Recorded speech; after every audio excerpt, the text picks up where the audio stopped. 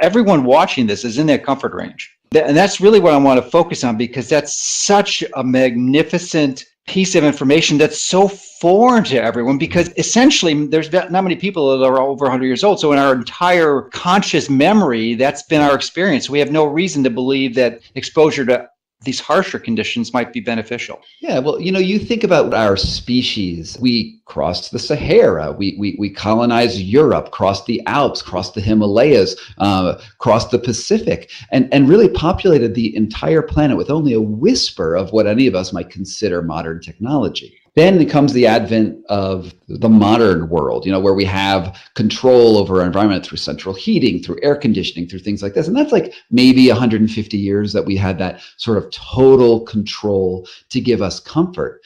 And where change was constant in our prehistory, now it's homeostatic, it's comfortable, it's not moving. And all of those systems that we had to adapt to the environment are now latent. They're not really doing anything.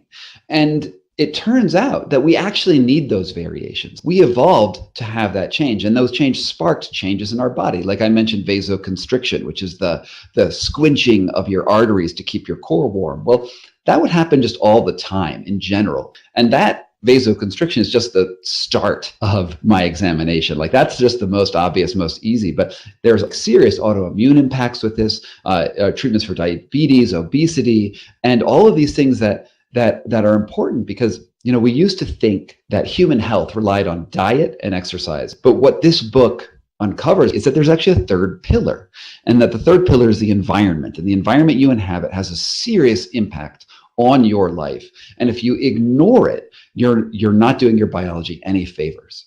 Yeah, I couldn't agree more. And it really is an underlooked or underappreciated element of health. I mean, as you mentioned, the primary focus is on your foods and exercise, food being far more helpful. But I'm not sure how you categorize exposure to light, which I think is a part of the environment, or actually a fourth pillar. But I think that's way up there with food with respect to its impact on health. So what I wanted to focus on now is you referenced the improvement in some of these other diseases like obesity and diabetes, and one might be wondering how that occurs.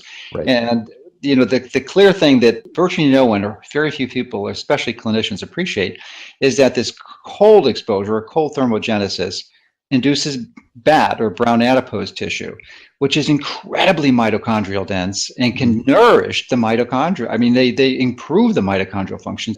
So why don't you share with us your journey towards that understanding and practical application?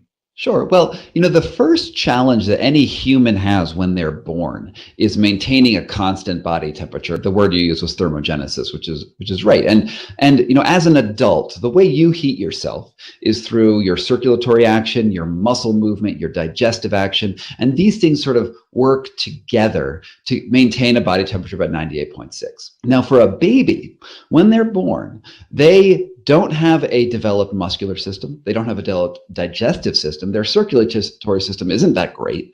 And they're really small, which means they have a high surface area to mass ratio, which means they lose heat very quickly, which is why we put premature babies in incubators. But the babies do have one trick up their sleeve to survive, and it's those rolls of baby fat. Also, around their thorax and along their shoulders, they have this brown adipose tissue, or brown fat.